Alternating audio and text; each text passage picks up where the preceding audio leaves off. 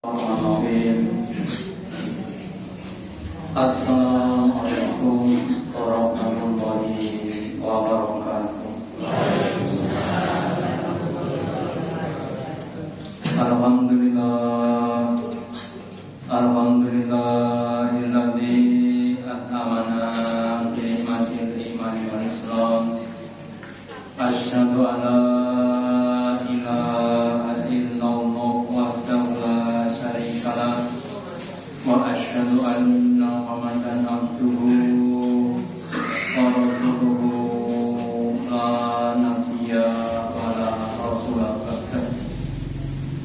Allahumma sholli ala Muhammad wa ala ali Muhammad kama shallaita ala ali Ibrahim innaka Hamidum Majid wa barik ala Muhammad wa ala ali Muhammad kama barakta ala ali Ibrahim innaka Hamidum Majid.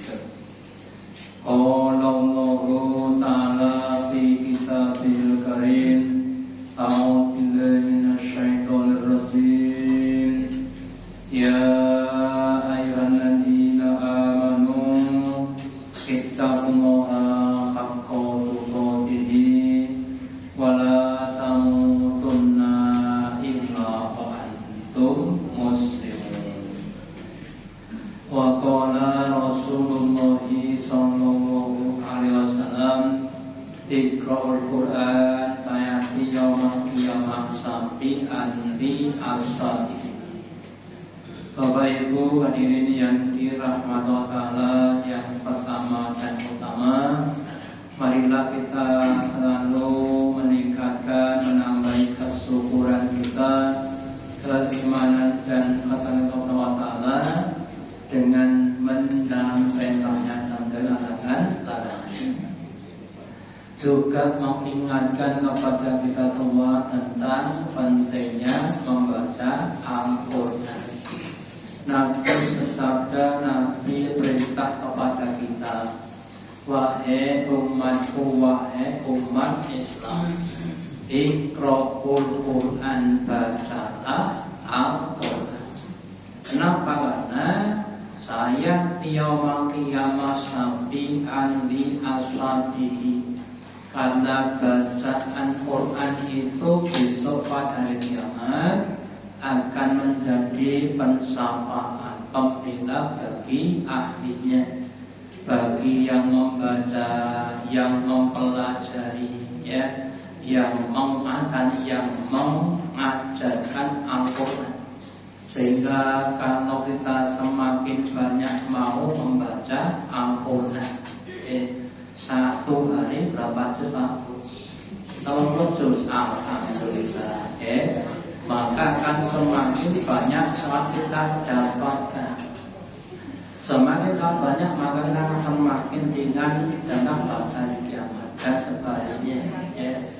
Kalau kita tidak banyak baca Quran, banyak baca Quran, atau membaca HP, maka kita tidak mendapat syafaat dari Al-Quran. Nah, untuk Bapak Ibu yang sudah lancar, monggo ditarget, kalau kita satu hari satu juz.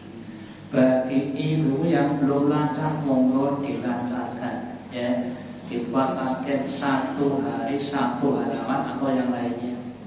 Bagi yang nggak bisa baca, hafalan, apalin, Al-Fatihah, Falaq, Nas, Qul, ataupun apa, Al-Baqarah, apa, monggo dilazimi setiap hari, Assalamualaikum Bapak Ibu, kita bisa mendapat syafaat dari Al-Quran. Selanjutnya mari kita lanjutkan tentang bab bersyukur. Kemarin saya sampaikan bahwa salah satu penyebab doa kita tidak terkabulkan karena kita kurang bersyukur. Kemudian Ibnu Qayyim berkata bahwa asyukru yakunu bil qalbi wal lisani. Bahwasanya syukur itu ada pada pada hati. yang ada pada dan ada pada berbagai macam organ tubuh kita, syukur matanya, dan sebagainya, ya. Dan alhamdulillah itu adalah syukur lisan, syukur yang paling pendek, yang paling kecil itu menggunakan alhamdulillah, namanya syukur lisan. Lantas banget untuk syukur hatinya itu bagaimana? Syukur hatinya itu kita menerima apapun yang kita pada kita, namanya sifat qanaah. Diberi apapun kita ucapkan alhamdulillah. Diparingi dodo laris alhamdulillah. Ora payu nandur pari panen pangan tikus. Moga saya praktekne tanggal 1 tanggal 30 ya. Lah kalau hati kita itu mau qanaah, Nabi sabdakan, tidak ada harta yang paling banyak kecuali rasa qanaah. Qanaah itu suatu perbuatan yang paling besar. Apakah qanaah itu? Qanaah itu merasa cukup dengan apa yang ada. Orang yang tidak akan mencari yang lain. Sebaliknya, yang tidak diberi rasa qanaah, meskipun hartanya 1 lembah emas, dia pengen 2 lembah. Sudahlah, pengen 3 lembah dan seterusnya. Ya. Kemudian syukur lisan kita, apa syukurnya? Syukurnya adalah menggunakan lisan untuk berbagai macam kebaikan-kebaikan. Nabi sampai sabdakan bahwa barang siapa yang mampu menjaga lisan, aku jamin masuk ke dalam surga. Jadi lisan itu bisa membuat kita masuk surga dan masuk ke neraka, tergantung pada bagaimana kita menggunakan lisan kita. Ada yang berkata adalah lisanmu adalah harimau. Kalau tidak menggunakan maka akan menjadi kita jadi orang yang celaka. Kemudian sebagian doa Nabi adalah supaya kita diberi nur atau cahaya. Ya Allah, berilah nur pada lisanku, telingaku, ya, dan sebagainya. Lah lisan-lisan yang sudah diberi cahaya, dia akan bisa membedakan kalimat yang dengan kalimat yang buruk, ya. Kemudian dia milih kepada kalimat yang baik. Dan untuk syukur mata kita, ya. Kalau kita berada pada zaman itu, tanya buat bapak tolong saya, ya. Sumber dosa yang paling banyak itu adalah mata, ya. Makanya kemudian kita usahakan gunakan mata pada berbagai macam kebaikan-kebaikan, jangan pada keburukan. Nah, kalau tergoda bagaimana? Alhamdulillah itu dalam ada banyak namanya kapal atau penghapus dosa.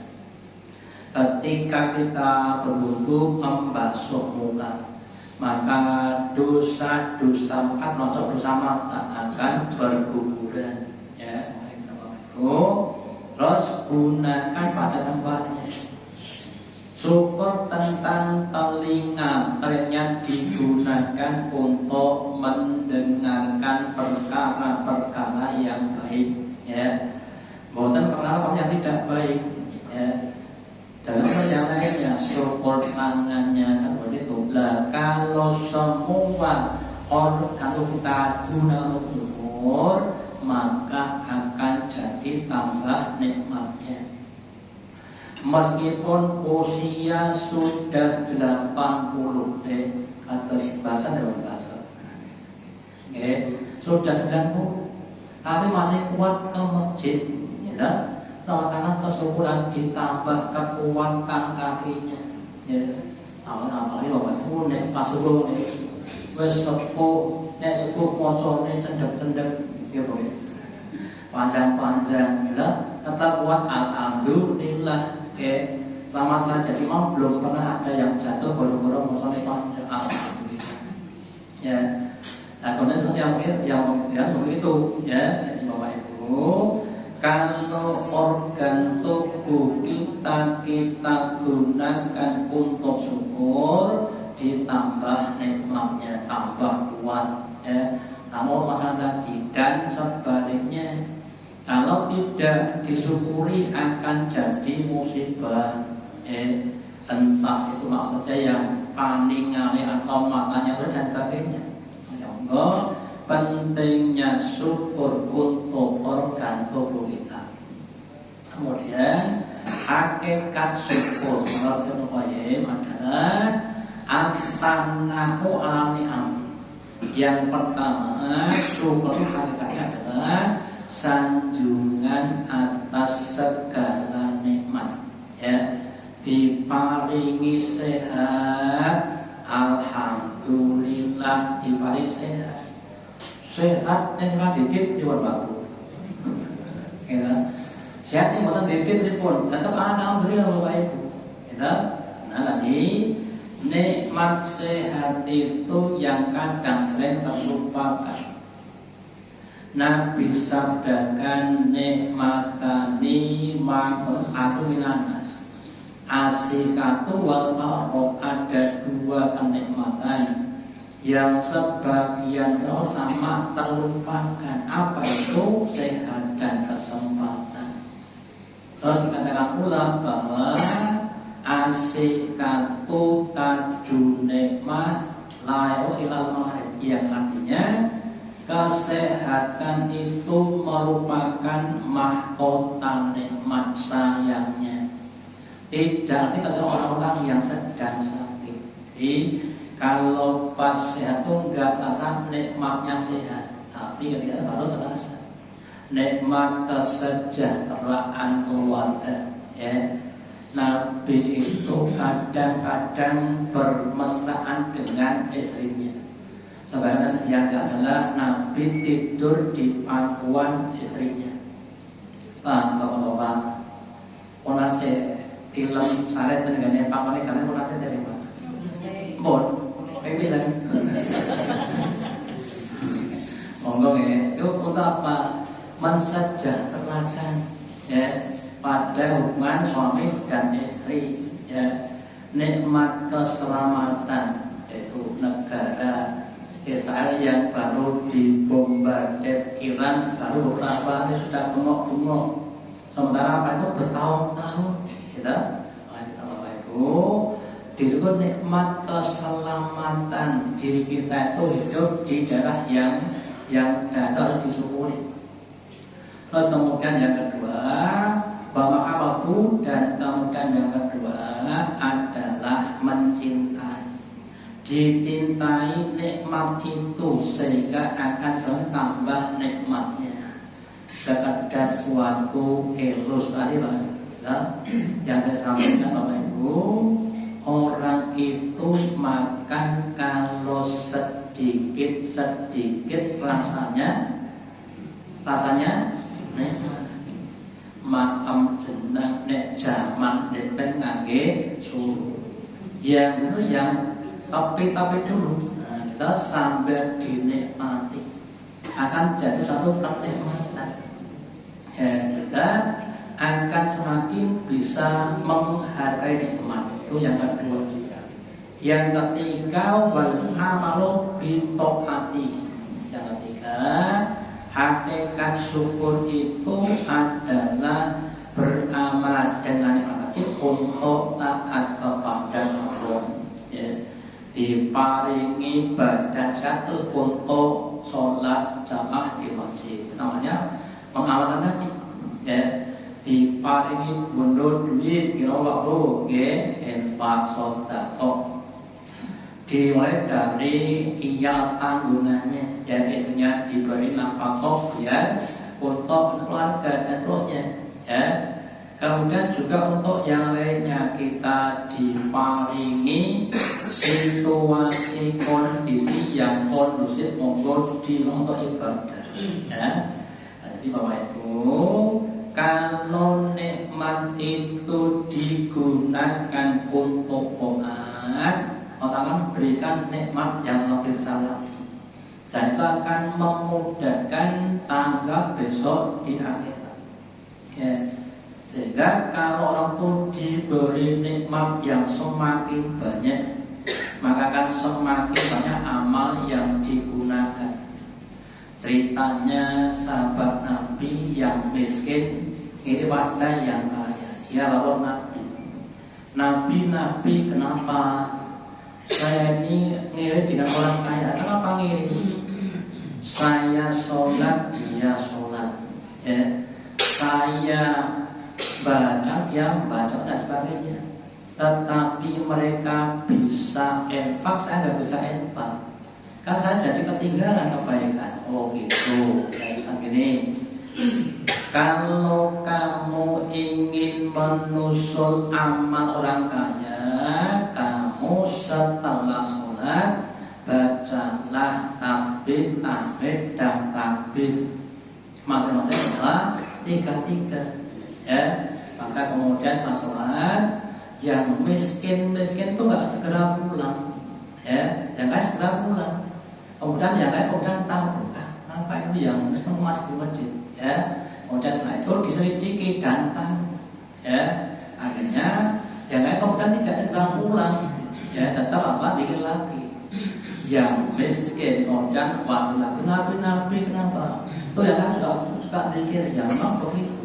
Bapak Ibu, kelebihan apapun yang dilakukan itu harus kita gunakan untuk tambah takwa. Sehingga kalau kita cermati, takwa ada tingkatan-tingkatannya. Sehingga besok memang di sholat tidak cuma 1 tingkat, satu punya 100 tingkat. Nabi sampaikan wajannatu minatu darajat, ya. Kalau ada Bapak Ibu, masing-masing punya kelebihan masing-masing.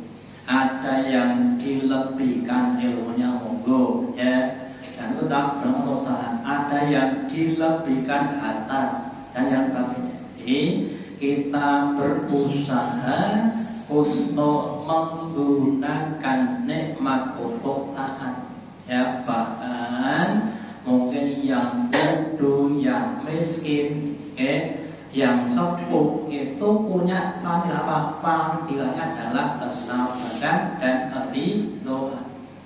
ridho dan sabarnya orang itu adalah suatu keunggulan, ya. Karena kalau orang itu ridho, artinya dia mengakui kealiman dan kehakiman Allah. Dan sebaliknya, kalau tidak ridho, ya, artinya tidak mau sebagai zat yang alim dan hakim. Monggo usahakan kita untuk banyak-banyak menggunakan nikmat untuk taat. Kemudian kemana lawan kesyukuran. Jadi kalau orang itu diberi nikmat kemudian untuk maksiat, namanya melawan. Maka kita katakan annal ma'asi kullaha minal imqudi, bahwa semua bentuk maksiat adalah segala macam ucapan yang menyimpang, ya. Saudara, macam-macam dari kekafiran. Contohnya Pak, ketika orang itu diberi nikmat harta yang banyak, harusnya Pak syukur, tenaga dan juga bisa syukur, usahanya maju dalam segala macam bidang. Kemudian jadi orang kaya, kemudian dia sombong, gara-gara kepansan kan jadi orang yang saleh, namanya orang-orang yang kufur, ya, diberi kesehatan untuk maksiat, kan orang-orang yang maksiat. Kemudian al-asgharu fa'ilaha ditusuk, dan bahwasanya kemaksiatan adalah hidup lawan dari syukur. Jadi kalau orang itu diberi nikmat untuk maksiat, namanya tidak bersyukur. Ada orang yang dia dapatkan harta dari jalan yang salah, terus juga untuk hal yang keliru, mendapatkannya dari berbagai macam namanya korupsi atau bahkan merampok, kemudian untuk maksiat, itu adalah suatu keburukan yang kita hindari. Kemudian orang yang tidak syukur itu menggunakan nikmat untuk maksiat, termasuk perbuatan yang lalu. Ada orang saking sugihnya, Pak, dia sudah bisa naik pesawat terbang, dia kepengen naik balon menyeberangi laut Pasifik. Ya golek opo?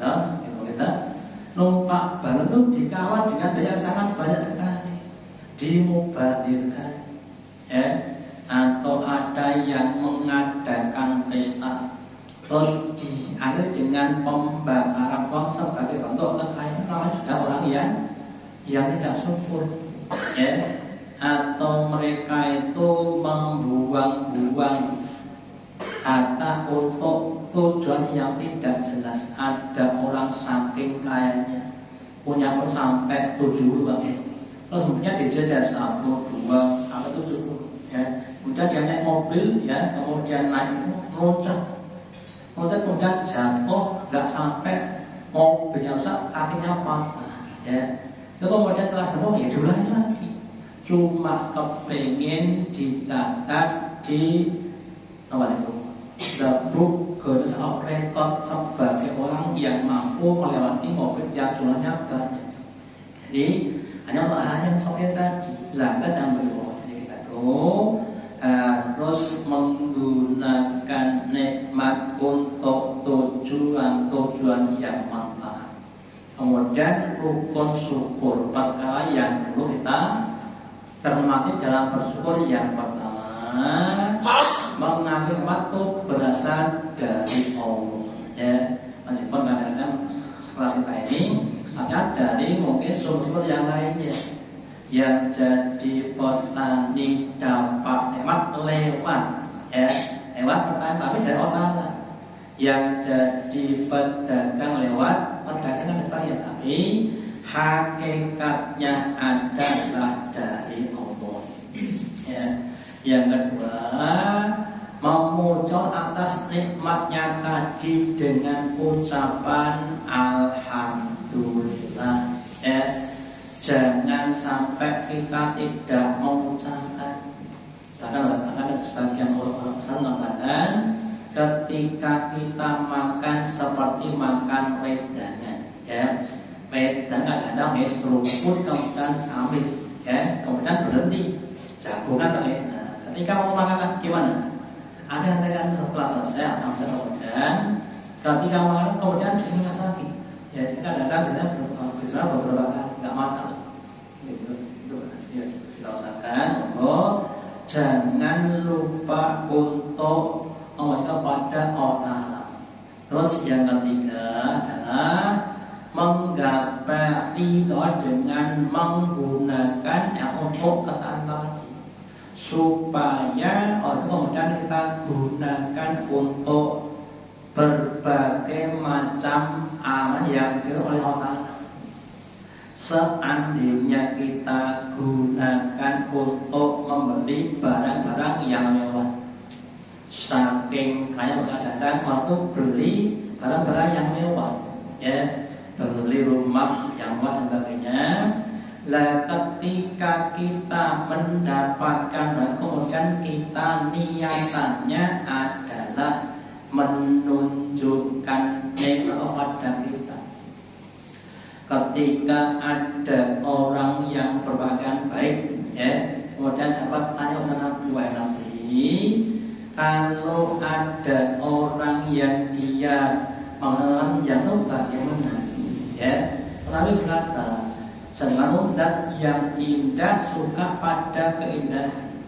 Jadi kalau di antara kita mengatakan itu harusnya kita tunjukkan sebagai nikmatnya kepada kita. Contoh saja, ketika orang punya motor baru, motor baru, wah motornya baru, menurut paringi Allah, namanya orang bersyukur, ya. Jadi dengan kata, ya, wah motornya baru, iya, saya kok, namanya orang, ya. Jadi menggunakan apapun yang dibolehkan selama niatnya untuk apa? Mensyukuri, ya. Dan untuk yang lainnya Bapak Ibu, ya, jadi Bapak Ibu kami usahakan kita itu mengaku itu berat dan utara.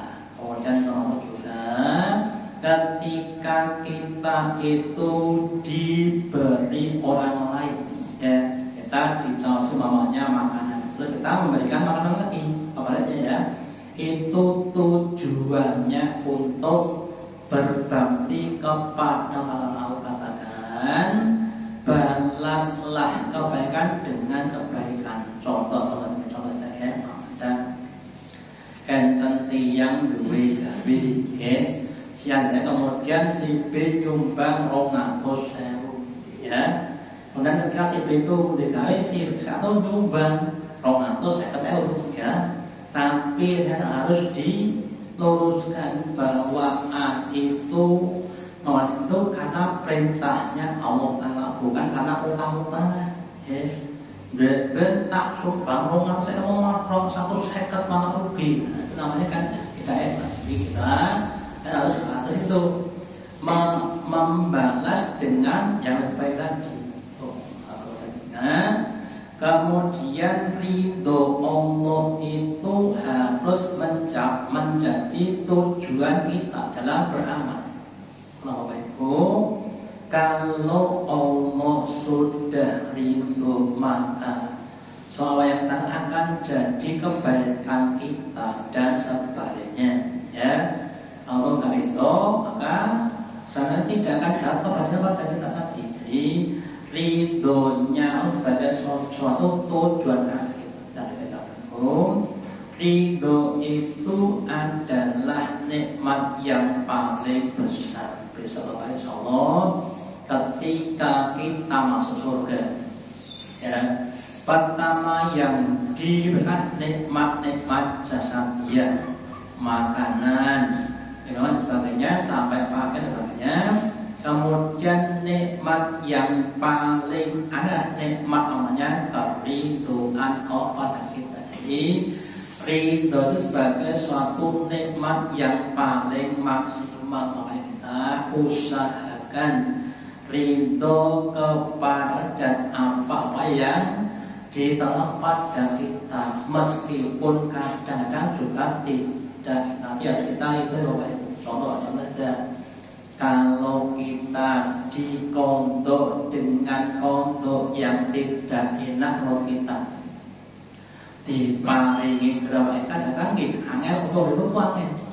Tentang Ibu itu dah orang kepada kita, kalau kita itu diparingi gerah, lajeng tetap rindu kita berpositif thinking kepada Allah, ya, bahwa sakit itu sebagian dari perkara yang dapat menghapuskan dosa-dosa kita. Sakit itu sebagai suatu perkara yang dapat kita gunakan untuk meningkatkan derajat di hadapan Allah dan sebagainya. Jadi dengan kita banyak bersyukur Ibu, semoga yang pertama Allah akan menanamkan kepada kita. Yang kedua, semoga doa kita semakin mustajabullah. Ya, demikian yang saya sampaikan pada ini. Semoga manfaatnya. Allahumma taqabbal taqabbal minna innaka antas samiul alim wa tub alaina innaka antat rahim. Kita akhiri dengan doa majelis. Subhanallah bihamdika asyhadu an la ilaha illa anta astaghfiruka wa atubu ilaik. Wassalamualaikum warahmatullahi wabarakatuh.